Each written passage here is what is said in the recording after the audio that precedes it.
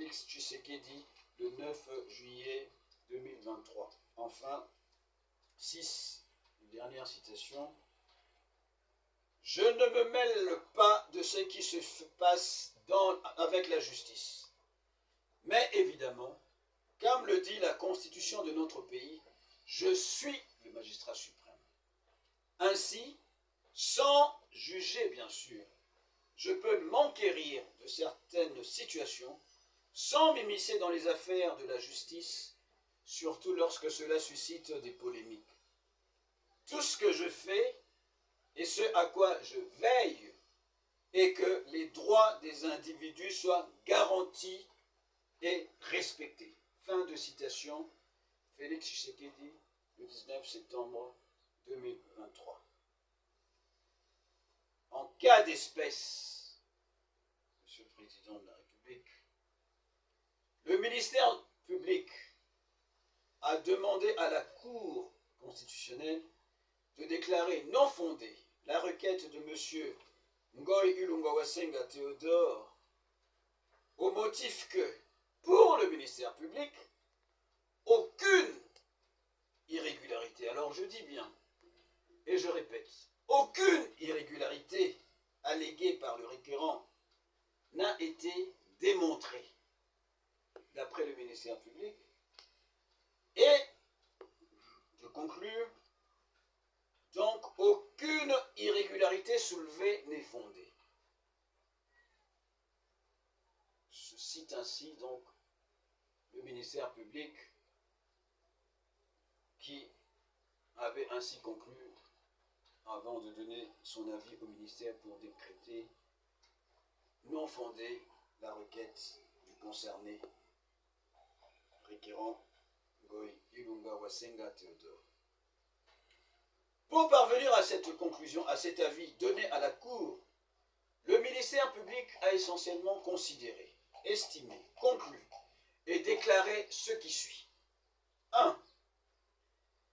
Le requérant Ngoy Ilunga Wasenga Théodore reproche à la CENI d'avoir, par une décision unilatérale, étendu les votes au-delà du 20 décembre 2023 sans avoir eu à saisir la Cour constitutionnelle comme elle a eu à le faire sous RCons 0338 lors du cycle électoral de 28 et puis celui de 2011. 2006 et 2011. Et le ministère public de poursuivre, la Cour dira ce moyen irrelevant. En effet, c'est à cause, d'après le ministère public, des circonstances indépendantes de la volonté de la CENI. Et je répète, pour le ministère public, c'est à cause des circonstances indépendantes de la volonté de la CENI, notamment, il cite, comme circonstances qui auraient été, d'après lui, indépendantes de la volonté de la CENI, l'étendue du pays,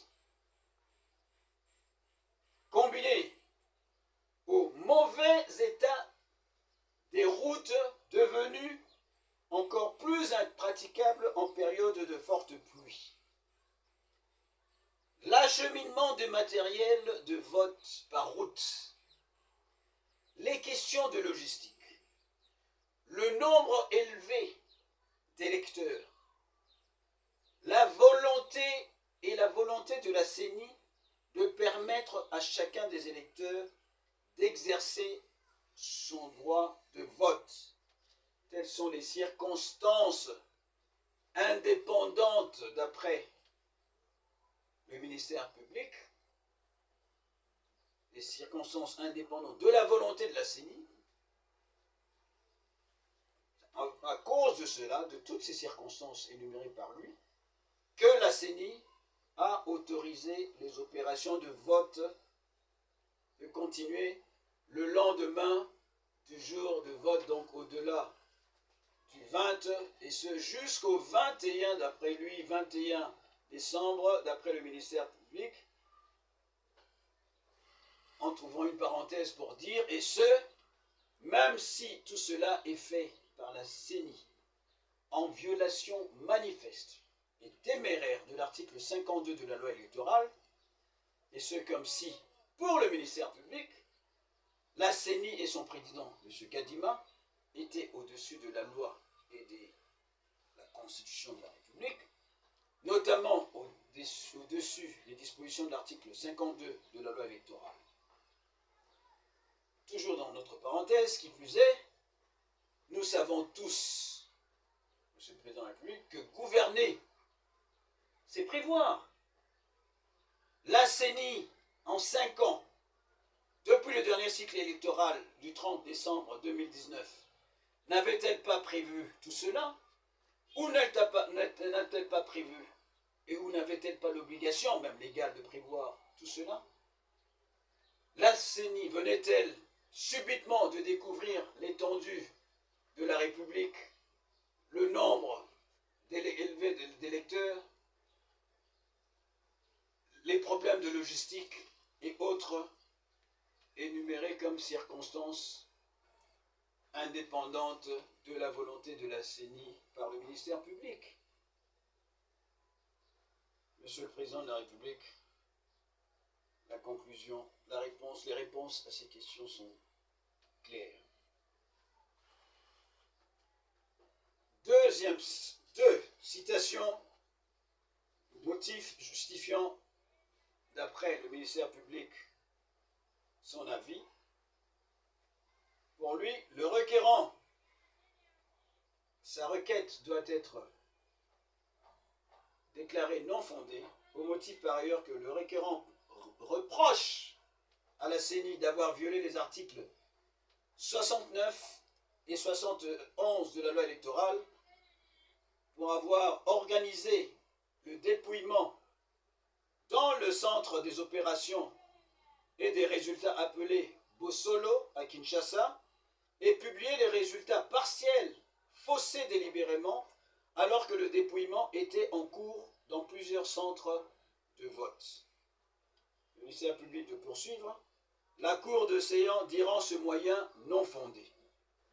Le requérant n'a produit aucune indication sur les fameux centres de vote où les dépouillements étaient encore en cours pendant que la CENI publiait les résultats au centre dit Bosolo à Kinshasa. Monsieur le Président, ce, entre parenthèses, ouvrons une parenthèse ici pour dire ce, entre parenthèses, alors que le requérant Ngoy Théodore reproche, et ce à bon droit et à juste titre à la CENI, d'avoir violé les articles 69 et 71 en ayant proclamé les résultats provisoires non compilés ni consolidés de l'élection présidentielle.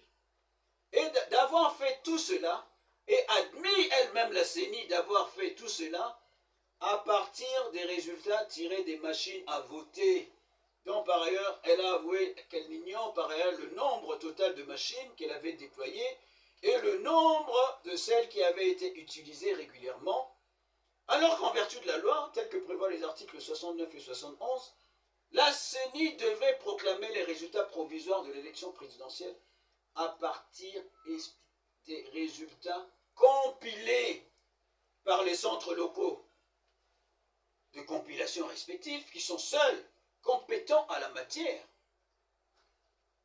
et consolidés et à partir des procès-verbaux authentiques qui auraient été transmis au niveau des centres de compilation locaux respectifs et transmis à la CENI à l'effet de proclamation des résultats transmis par les secrétaires exécutifs respectifs de la CENI à la CENI. La CENI a dérogé délibérément, de manière téméraire, et je dirais même sauvage, à ces dispositions légales. Tel qu'indiqué d'entrée de jeu, Monsieur le Président, il y avait par ailleurs, en effet, lors de l'audience publique, et de l'instruction de la cause concernée par le président de la Cour constitutionnelle, des signes qui ne trompent pas. Entre autres, 1. Il y avait un véritable dialogue de sourds lors de l'audience publique concernée du 8 janvier sur requête de M. Théodore Ngoï. Un véritable dialogue de sourds entre le requérant